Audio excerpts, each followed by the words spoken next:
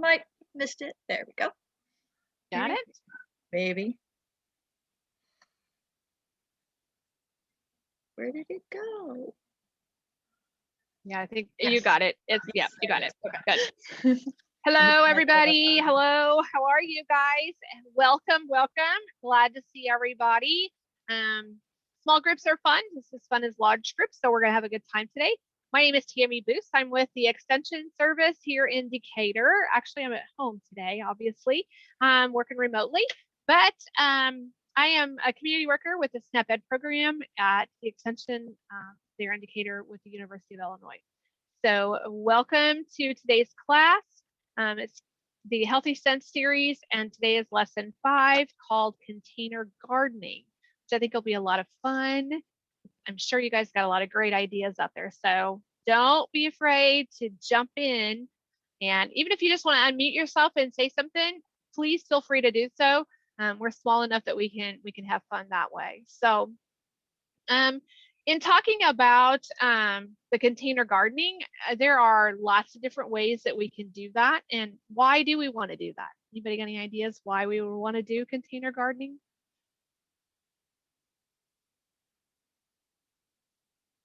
Fun, enjoyment, relaxation.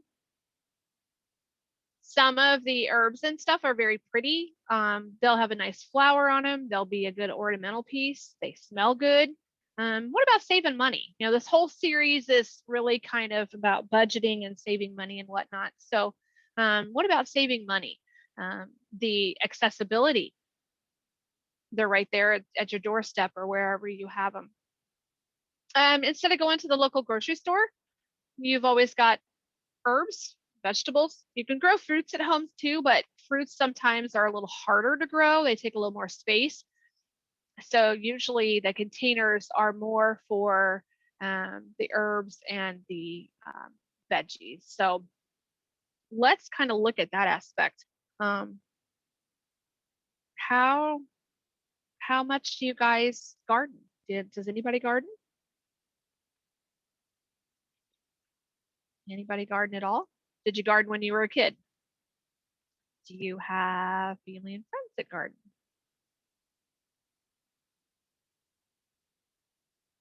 No takers? Well, I remember gardening as a kid. I remember gardening with my grandparents. And we did all kinds of things, full garden, not so much containers, but in the full garden. But now today, it's a little easier to do the container gardening for space. You know, not always do we have enough space to do those kinds of things. So, you know, the accessibility for, you know, a big plot to do it is easier with the container gardening. So it's easier, right? Container gardening is easier. It can save you money because you're going to find it at home instead of having to go to the store. What else? What else can we find out? Can we, you know, smaller places? And it's fun for the whole family. So you can get the kiddos involved in it. You can do the little, even if you do the little greenhouse kind of things, terrariums kind of things, and start with your incubation of your seeds and stuff in the house before they go outside. You know, the kiddos can get excited about that. They can watch those seedlings come alive. They can watch them grow. They can watch them almost kind of grow in front of their eyes and help take care of them. And then watch them as you plant them into a pot and actually take them outside. So there's lots of different ways that we can do that. I do a little bit of gardening in the house, just mainly herbs, just so that we've got fresh. I do a lot of cooking with fresh herbs and stuff. So what kind of fresh herbs do we have out there? We got rosemary, oregano. What else do I have up here? Let's see, thyme, sage, chives. Chives are really good to do with a lot of different things. Basil, cilantro. So basil and cilantro are good in like your sauces or your salsa. Chives are good that way as well. Sage is good for pork. So a lot of different things that you can use those on freshly, just cut them right out. And if you've got good variety of sunlight and stuff in the house, those are good, good things to grow within the house. Full sun will help a lot of these plants and stuff grow, your herbs and stuff. So that will help entice those kinds of things. So what places do you have that you could actually put pots, that you could do a container type growing? What places do you have around your house, around your home, inside, outside, upside down, as Dr. Seuss says, but inside, outside? What do you have available for you? What is there? What are your options? Anybody want to share?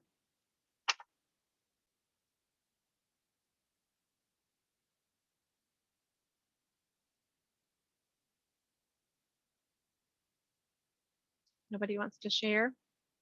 Outside. Good. Thank you, Janet. Do you want to do, what kind of pots do you have for outside, Janet? Are you talking about like on a patio or around, use them for landscaping kind of, or? I know I put a few on my patio. I also have like a small utility shed, and I do like a tier pot stand with some in it on a patio. Cool, awesome. And what do you do? What are you growing, Janet? Or what would you like to grow? Kim, Alex, anybody else got any ideas?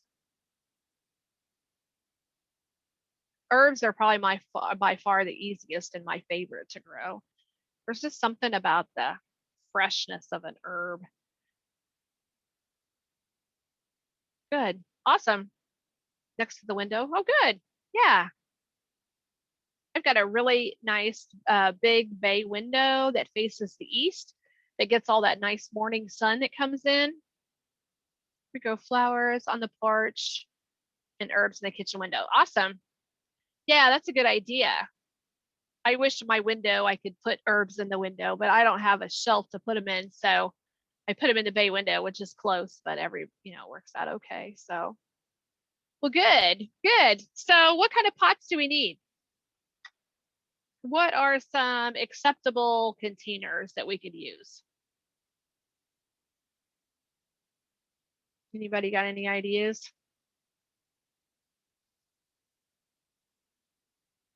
What kind of containers do you have just sitting around the house?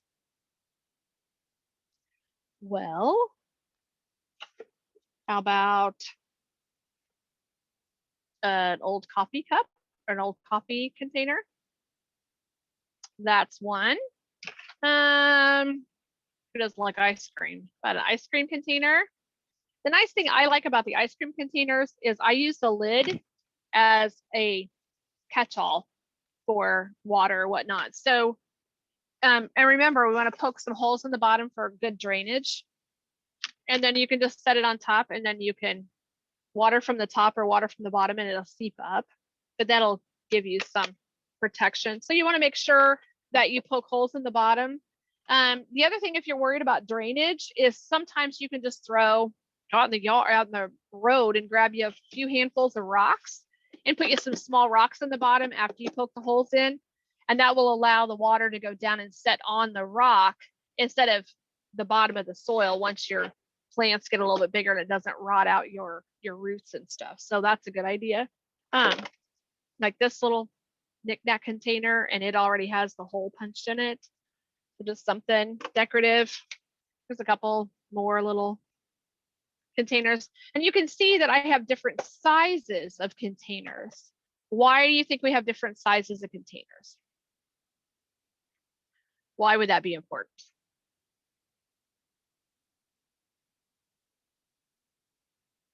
Different size plants, exactly. And different size plants require different depths to grow. Some of them grow very shallow, maybe the first 2 or 3 inches of the soil. Some take 7, 8 inches to grow down. And how are we going to know how deep of a pot that we need? Anybody know? How are we going to go to find that?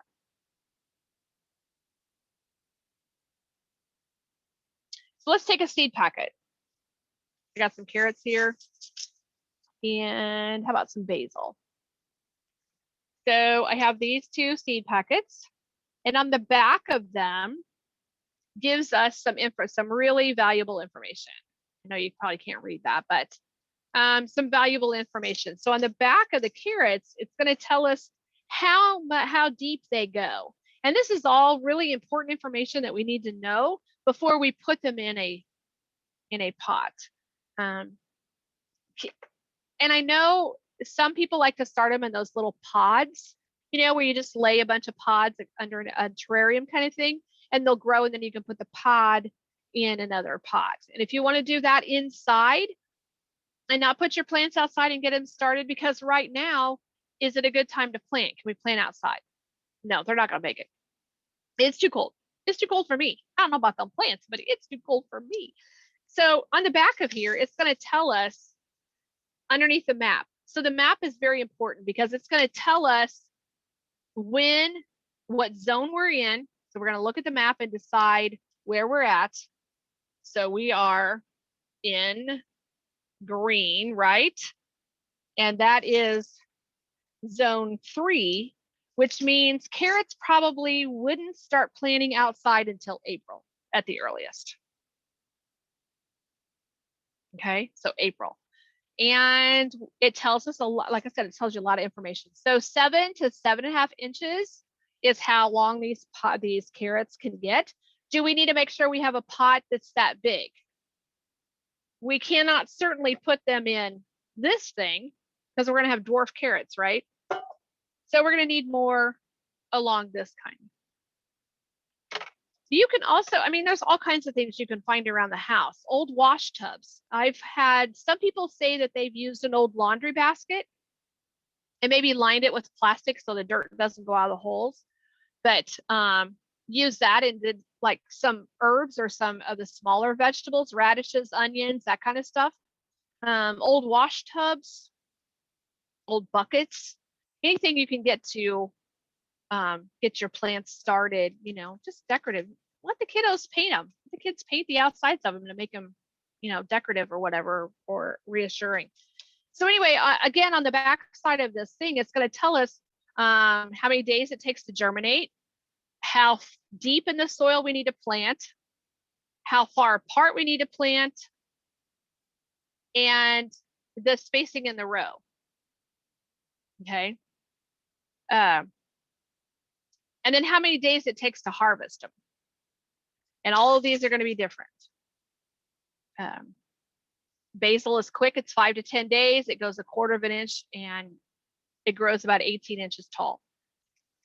The thing with herbs too is that you can, once they start, you can continue to feed off of them. So if you pinch them back, take the leaves, use what you need, it's going to continue to grow. So you're going to have a continual growth and a continual source of those herbs all the time. Whereas your garden vegetables, if you're going to put them in pots, in containers, sometimes people will put them in a time frame. So maybe I might plant carrots today, and in 2 weeks I might plant another row of carrots.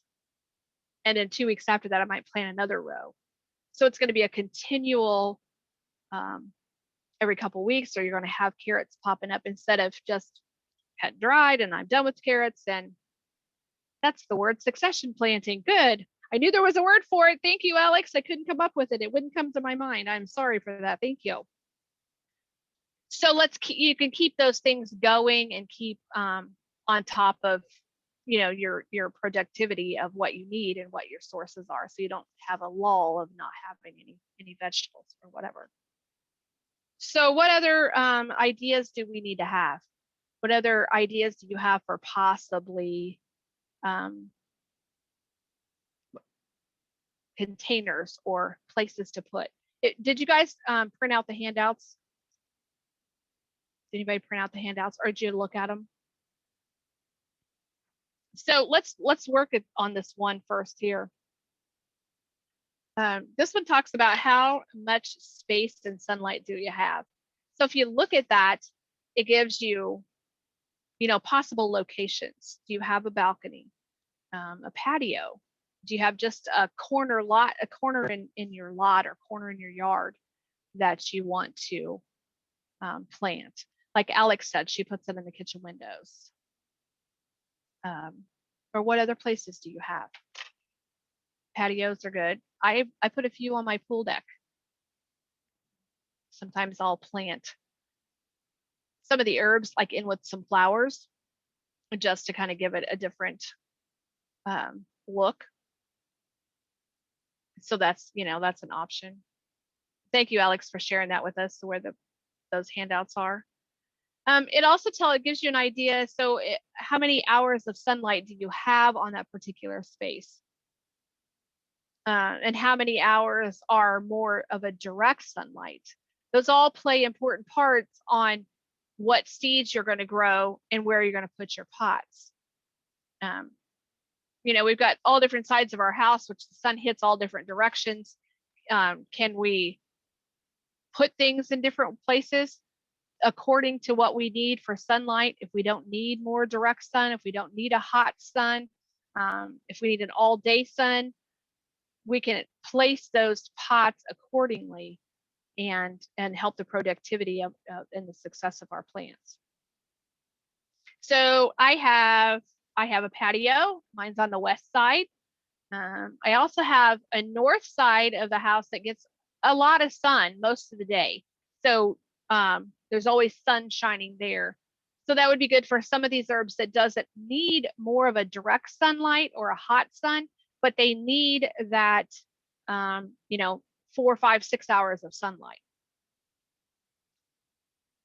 As far as the pool deck, I put stuff on the pool deck. It has sun most of the time.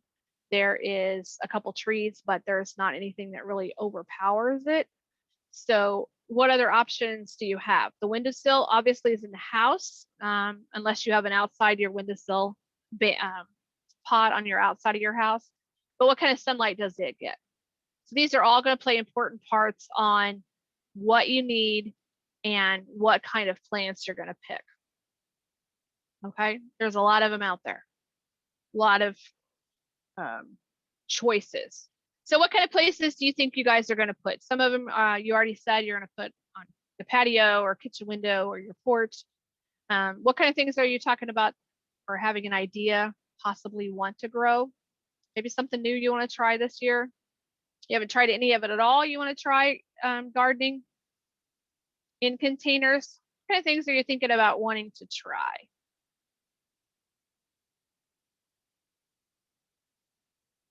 Herbs. They're really fun. They're easy.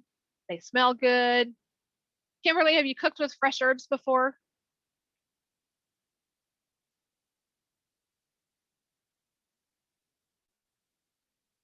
They give a whole new flavor, don't they? Herbs and potatoes. Oh, nice idea, Janet. Just wait, Kimberly, until you try them and have that accessibility of walking wherever your pots are close and just cutting off whatever fresh herbs you need and going back in and cooking with it. It's amazing. It is amazing. It's totally different. They taste so much better. Anyway, it works out really well. Potatoes, Janet, that's interesting. Have you tried that before? Is that something you want to try? I've not tried potatoes. I'm not sure I'd be any good at it.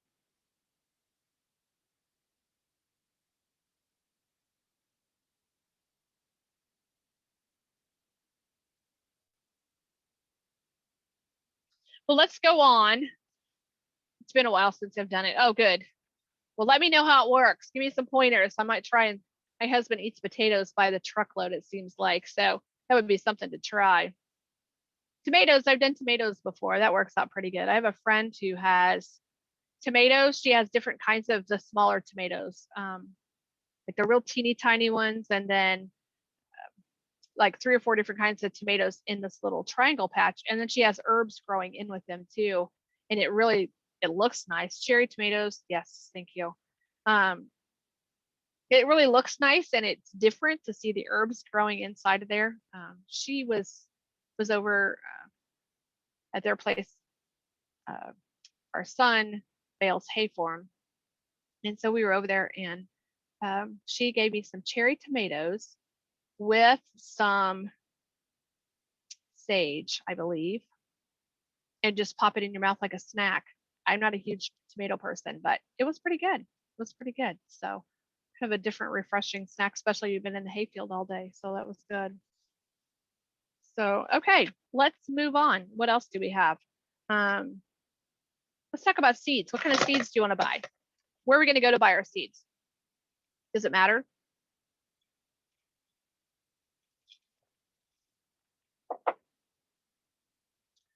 A lot of the grocery stores, Walmart, your hardware stores, they all carry seeds. There's plenty of seed companies that send out catalogs and that kind of stuff. Lowe's, Menards, thank you, Janet. Those all have really good selections of seeds.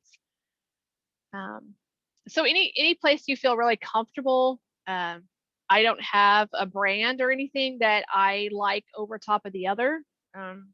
When I plant corn, I like the old-fashioned corn where you go and it's in a bag, and instead of the seeds. And I go like to FS or someplace to get that, where it's kind of like a seed through a seed dealer. I just seem to have better luck with it. I like that peaches and cream, I think is what it's called. So it's really good. So now that we have our thoughts and minds of what we want to plant and where we want to plant it, and maybe how many containers we might need, we're going to ask friends and family and all kinds of people to go, hey, save me some containers. I need ice cream containers, coffee containers, old laundry baskets, old buckets, anything I can get like that would help. You can build a container box out in your yard. You can just, I know it sounds simpler than what it probably is, but smack 4 boards together, nail them together, and you've got an above ground pot. Throw some dirt in it. Do we want to use the dirt right out of our yard? That's a good question. We want to use the dirt right out of our yard? No, especially if you're going to plant seedlings. Seedlings are not going to survive very well in that because the soil that's in your yard is hard. It doesn't have the moisture and the preparation in it that most potting soil. So just get you a bag of potting soil and use it to plant your seedlings in. They're going to have an easier time to get through that soil than what they are to get through the hard soil outside. No matter how much you work it up, it's still going to get hard, and those little young seedlings are going to have a hard time getting through there. So make sure that you use some potting soil if at all possible. And then I like to buy a potting soil that has some fertilizers already in it. You can buy different kinds of different brands have mixes that already have some fertilizer already mixed in it. Maybe it's a 10-day or a month-long fertilizer that will last and gradually release itself into your plants as it goes. So that's something to kind of think about too. And it's not that potting soil is really not all that expensive. So we're trying to cut as many corners as we can. Plant those seedlings as best you can. Plant them in the proper depth that you need for those particular seeds that you have. And then we talked about containers. And I just put this together so you guys can kind of see it. But so this is just a little terrarium kind of thing, a little thing that I got from Dollar Tree. I just kind of wanted to show you guys how we can make these work. So you plant them, then the lid goes over top, and then you can see them start to germinate in there. It'd be something fun for the kids. You can see them start to germinate and grow. And then after they won't get this mature, but when they get to the top of the plastic or the top of the lid is when you want to put them in and they're strong enough. I usually take the lid off for 3 or 4 days and let those stems kind of get a little stronger and then plant them in your soil or your pots. The other thing I mentioned too earlier was the little pods. Those little pods are really nice. They're about the size of a silver dollar. And I just lay them out on a cookie sheet kind of thing.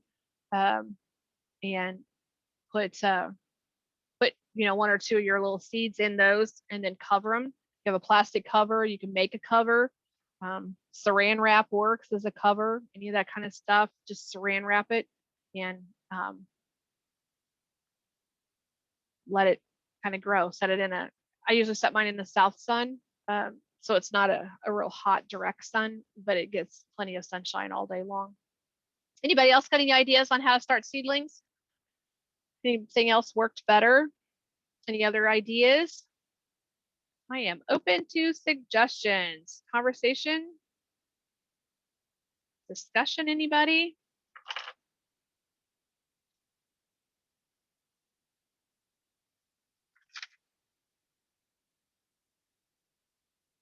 Okay, so let's move on to our other handout. And this one is, we're going to choose our vegetables. So this handout just clearly tells you, it gives you, there's 4 options there, but you can make more copies of it or you can do whatever you want to. But let's just go through a couple of these right here and see what kind of seeds or type of plant do you want to plant?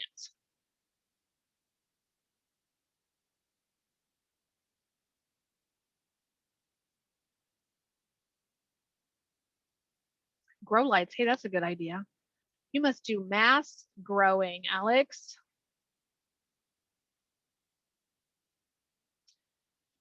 So if looking at this little worksheet, oh, aloe vera. Ooh, that's an idea. Do they have seeds for aloe vera?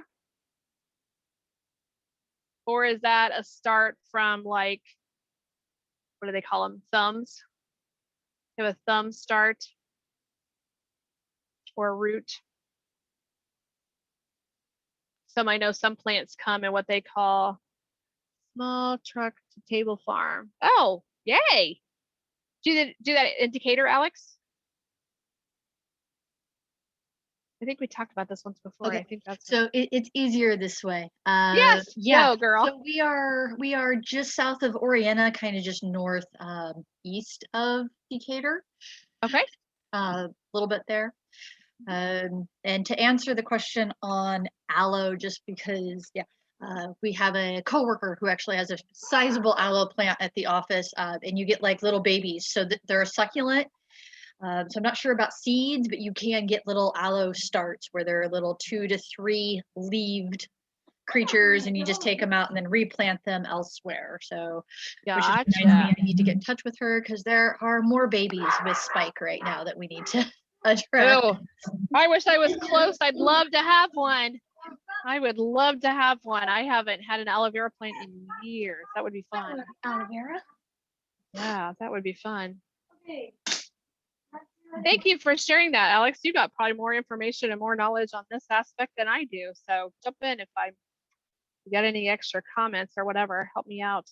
I appreciate it. So looking at the worksheet, what else do we want to grow? So there's different options. So we're going to decide what we want to grow, and then we're going to decide, is it easy growing?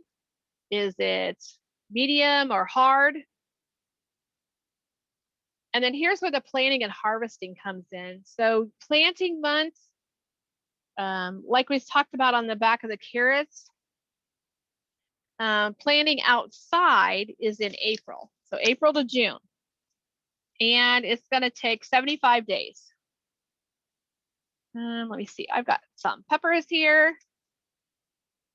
Peppers, these are good for salsa. They're good for spaghetti sauce, pizza sauce. Okay, so these take 75 to 80 days.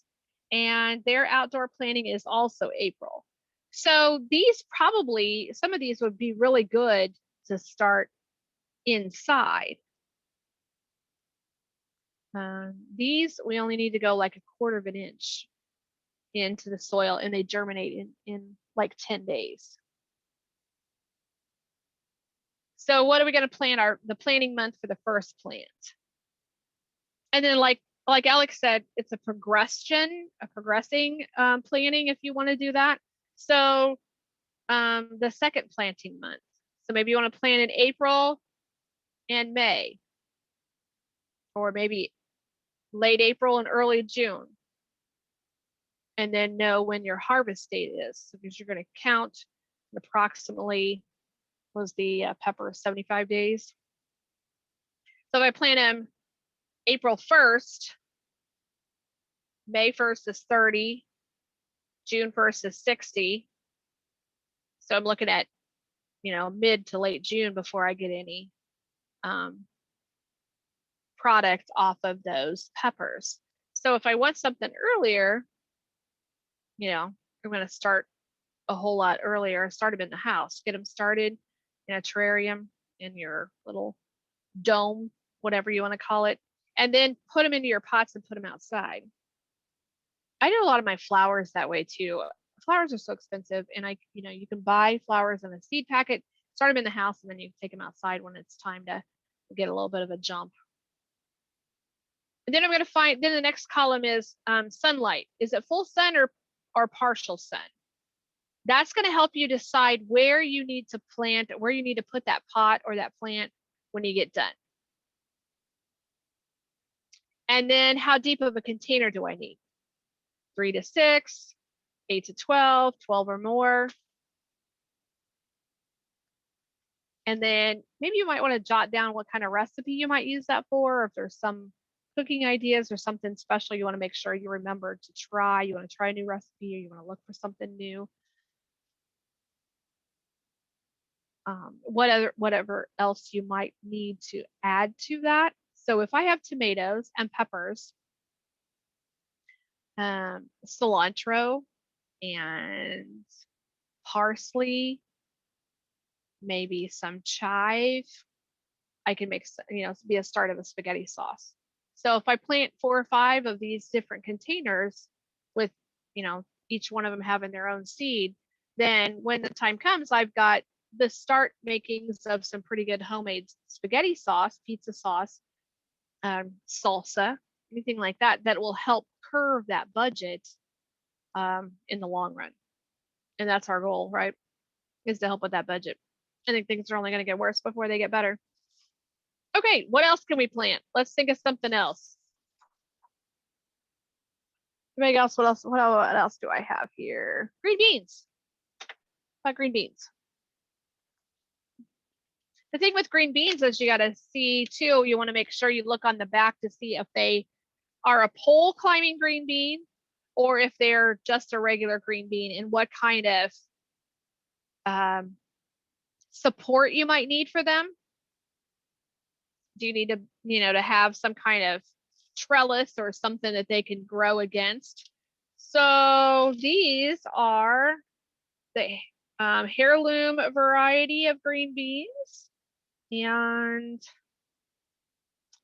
days to germinate are 6 to 8 days.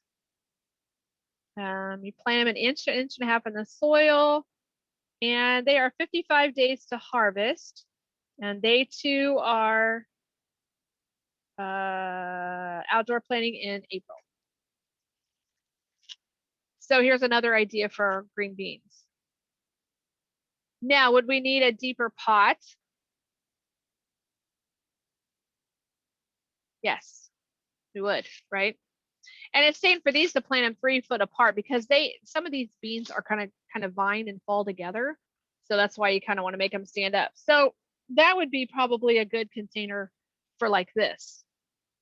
Obviously, if you had a little bit bigger, or even this. So it was deeper so that you could get the depth that you need and maybe a little bit more support. Sometimes I find in smaller containers, if you've got a thicker, heavier stalk, what do you think about this, Alex? That you need a little deeper pot so that you give stability and stress and strength to that stalk, so that that stems, so that it doesn't weaken with the heaviness of the produce on top of it.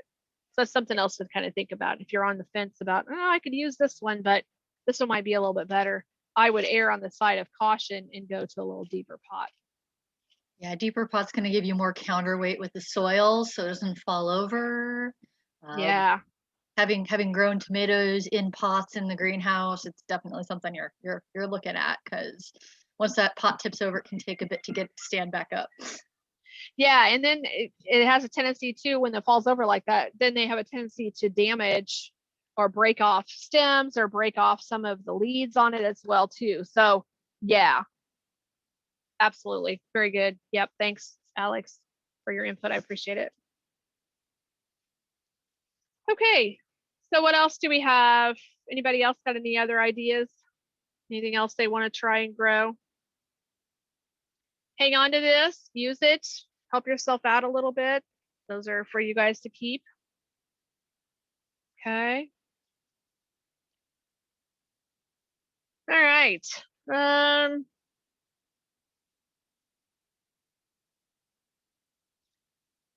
Let's move on to our recipe for the day. We try and do a recipe every day, or every lesson. It has a recipe, and then some take-home tips. So we'll discuss the take-home tips as well. And those are all in the handouts that I provided for you guys. So let's talk about a chicken club salad. I like chicken salad. What, we have fresh chicken, which is obviously good, but to tie in the container gardening aspect, the whole goal for this was to provide some of the things that we could grow ourselves in these containers, and then utilize in our recipes. So this one is a good example. The chicken club salad has got pasta in it, uncooked pasta, and lettuce. We didn't talk about growing lettuce. There's different kinds of lettuce. There's like a head lettuce, there's leaf lettuce, what my mom used to call a wilted lettuce, but then you've got your different colored varieties. Alex, can you give us some input from your experiences? What is the better container lettuce that you would suggest if anybody wanted to grow lettuce from home?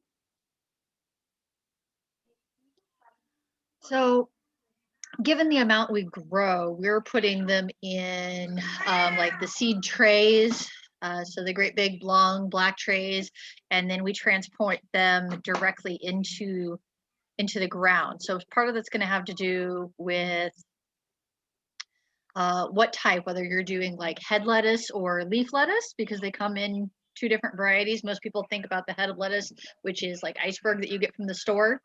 But they can just look like mini little bushes as well. Their roots aren't going to go super deep, and they're typically not that heavy of a plant.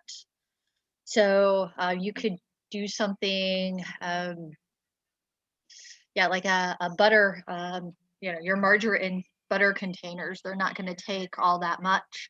They just need lots and lots of water. So that's something to keep in mind, because they are mostly water. Yes. And then if you grow several varieties, that can make it fun too. But you can get mixes that'll have your different types that include the green and the purple, which are just kind of pretty. And yeah, it kind of depends on what you're going for overall. What you're going for. Yep. Yeah. But yeah, leaf lettuce is really nice because you can just cut it off. You don't have to wait for that entire head to grow. So you can, and then it kind of keeps coming it'll keep replenishing itself too. So you have an ongoing. Yeah. Very good. Thank you, Alex. I appreciate that. So 4 cups of lettuce. And the nice thing about leaf lettuce too is you can just tear it. So you're going to tear it up in bite-sized pieces. And then we wanted 2 cups of sliced vegetables. So their choices were green peppers, celery, cauliflower, cucumber, and carrots. You could probably do any combination you wanted to.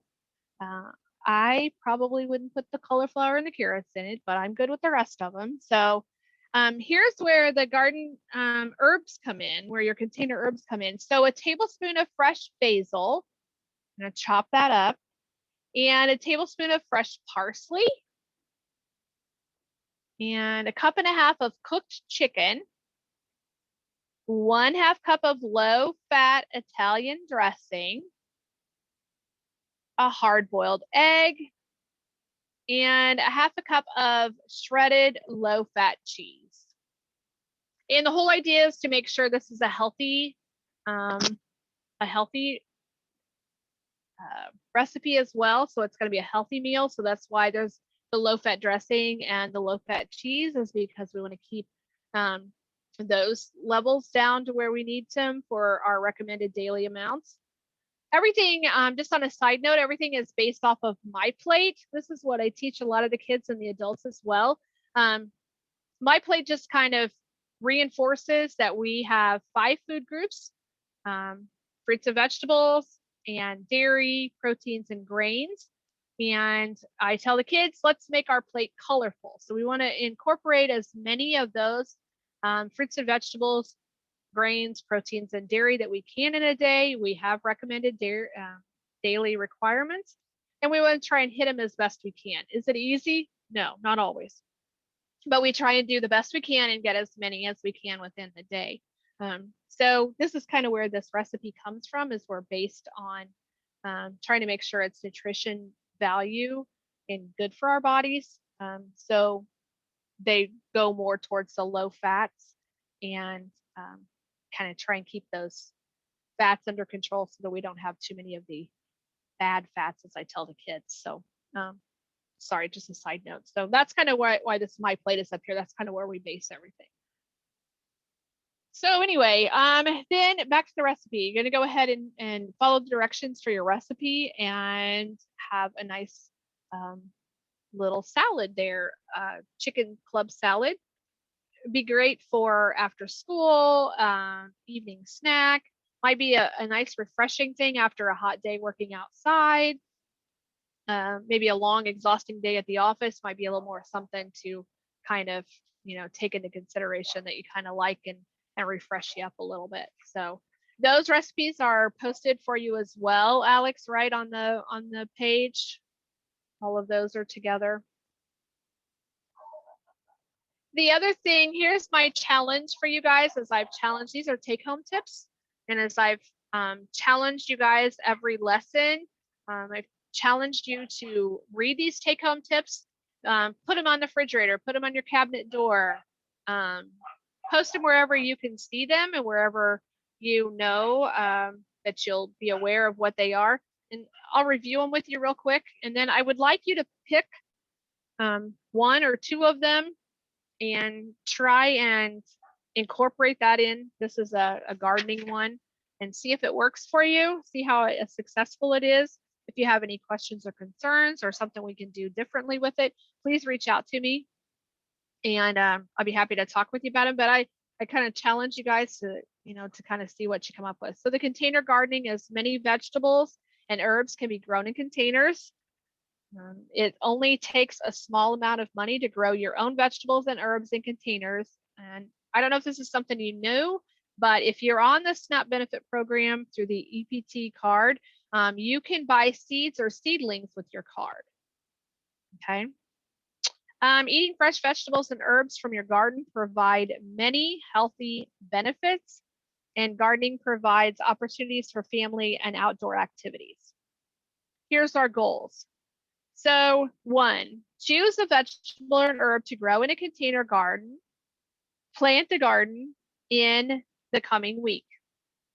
Or 2, find ways to get family members involved in gardening. 3, try a main dish recipe with veggies as a main ingredient and involve your family members in helping to prepare it. So those are 3 different goals. So if you can come up with 1 goal or even 2, or if you want to try all 3, I got your back. I'll support you 110%. But give me an idea of how these work for you. If they work for you, what ideas you have, how you can make them better, how you can make them work for you, what changes you might need to make to those, how you might need to alter them just a little bit to make them work and be more successful for you. Okay.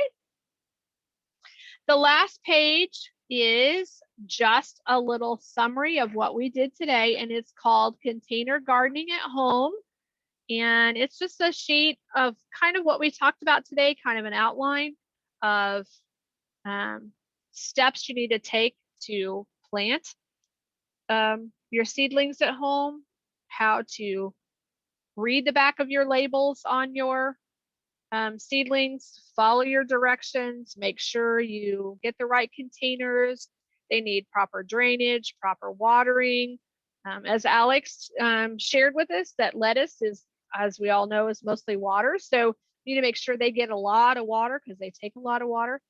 Some plants all take different things. Some take a lot of water, some don't. Some take a lot of sunlight, some don't. You know, some take a little extra TLC, plant it a little deeper, as you know, Alex and I shared with you, just to strengthen those stems to make things a little bit more secure. So let me see. I think that is all we talked about. Fertilizer is another option that's just, you know, an open option for you. There's all kinds of different fertilizers. There, you know, you got the fertilizer sticks. You've got fertilizer you can mix with the water. You got the potting soil. Sorry, guys, I have a hair on my face. You have the potting soil that has fertilizer in it already. Those are all options that you can do to utilize what works better, is easier for you. There's no perfect right or wrong. Some things work better for others. So take your time and figure out which one works better for you. And let me know how it works. I'm anxious to hear, curious to hear how you guys, what you guys tried and how it worked and what works good for you, and how many different things you tried. Don't just try one, try several. All right, last thing, a couple things here. I have, Alex, I think I gave these to you. I think, did I not? If I didn't, I'll make sure you get them. This is the Eat, Play, Growth website, which is got a lot of recipes and stuff on it. So it's go.illinois.edu/eatmovesave. And if I didn't get you this poster or the smaller version of this, Alex, please let me know and I'll make sure I send you one so that you can post it. There's several different ways that we can communicate, that you guys can find out more additional information. This Eat, Move, Save has got some great recipes. They got some great cooking tips and great helpful tips on there. So feel free to go ahead and check that out, see what you got going on. The other thing that's really nice about that is, you know, if there's days, I don't know about you guys, but there are days that, my gosh, I just cannot think what to make. I just don't know. So, gosh, guys, I have this chicken. I have a couple chicken breasts laid out here, and I just can't think of anything exciting to make with chicken breast. If you go to the Eat, Move, Save website, you can type in chicken breast and ask for recipes, and boom, you've got recipes. They will give you recipes that have chicken in them, whether it's the main dish of a chicken, or, you know, you can even narrow it down to whether you want a main dish or you want a snack, or, you know, what kind of things you want. Maybe I have several ears of corn. What am I going to do with that? Well, I type in corn, eared corn, corn on the cob, and it's going to give me recipes or how to cook it or different ways to season, all those kinds of things. So I really like that Eat, Move, Save. You know, sometimes it's just fun to go and look around at it and see what works good, which is, you know, awesome too. There's the Facebook page, which is facebook.com/Illinois NEP. That's a good thing to look through. sometimes there's some updated information there. You can sign up for the a newsletter or updates on your Eat, Move, Save. And there's also, through the university, there's also a texting program, and you can get texts done weekly, and they will text you if there's upcoming events going on in your area. They'll text you maybe a healthy recipe or a good fun activity for you and the kiddos, or an exercise activity. Any of those kinds of things will come up on those texts. If you're interested in those, I will also include that when I send that to Alex as well. So anybody got any questions, any comments, any concerns, any complaints, anything at all?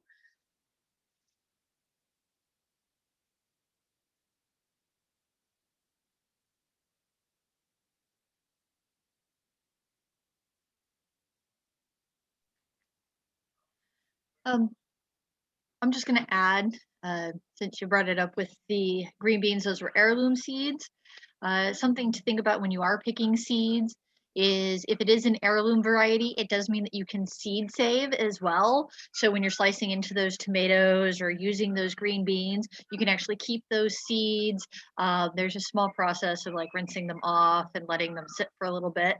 But then you can replant those again next year, and it's going to come up true to what you planted last year. Your hybrids are not going to do that. Not that you can't save them, but you're never quite sure what you're going to get because it's a mixed plant, and that's just the way genetics work. Awesome. That's good to know. Now the fun balance there is heirlooms, like especially on your tomatoes and things, they're going to be a bit more sensitive to things. Their skins are usually a little bit thinner. They just haven't been, they haven't had the stronger skins and some of that hardiness necessarily bred into them. So there is a bit of a trade-off there.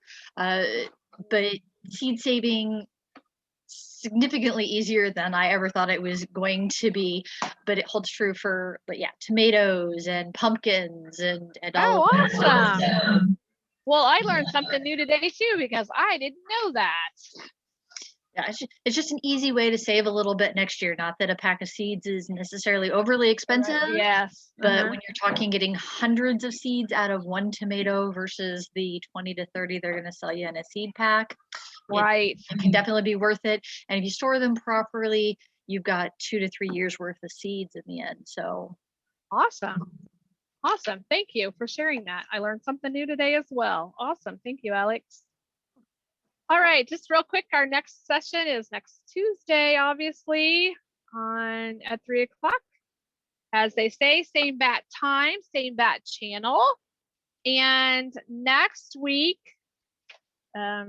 we will be discussing, this is kind of a fun one too. So this one is going to be making choices between foods I need and foods I want. Foods I need and foods I want. So think about that one. That'll be kind of fun too as well. So my email address is tbusc@illinois.edu. Please feel free to reach out to me anytime you need something. I am always up for comments and helpful hints on maybe making things better or different. I appreciate your comments and your feedback on how things went. So drop me a line. I'd appreciate it. We are approaching an hour. Alex, how are we doing? Anything else I need to cover, or are we good? Well, I think we're good, unless they've come up with any questions as we've discussed that. Thank you so much for doing this, because yeah, it's like I know some things, but not necessarily everything, and I haven't played with container gardening much beyond the herbs that are sitting on the counter, but even then, a lot of those go ultimately into the ground out in the yard, because yeah, bigger. So it's easier that way, right? Right. It can be. Yeah, you're depending a little bit more on nature to water everything, but at the same time, if you forget to water and it happens to rain, then you're not worried about it. Right. Some of those other balances and things aren't. It's Yes. Gardening sounds really, really easy, but It's not. it's not. Not. Totally Yeah. not. I know. I get it. Well worth it though. Having been Yes. able to walk out and pick a pepper when I needed one for something, or tomatoes, or watching my kids eat peas straight out of the garden when they used to eat Yes. green things. Um, Yeah. it can be very, very rewarding. It's a That's battle, fun. but it's worth it. Yep. That's fun. That's fun. Janet and Kimberly, thank you so much for joining us today. Do you guys, either one of you have any questions or anything we missed that you were particularly interested in hearing about today? Either jump on and say, ask us your questions, or please feel free to let me know what your questions are. I will type my, getting the spell today. Here is my email address, so please feel free to reach out to me if you need anything. Like I said, I would love to hear your comments and helpful hints for me to make things better. I appreciate it.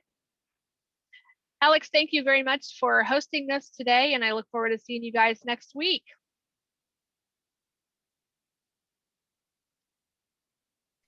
And again, thank you. Thank you for coming, Kimberly and Janet. Yeah, we'll see anybody who wants to join us next week and the next couple weeks after that. This has been a lot of fun. Yeah, spread the word, you guys. Spread the word. Thank you. Bye-bye.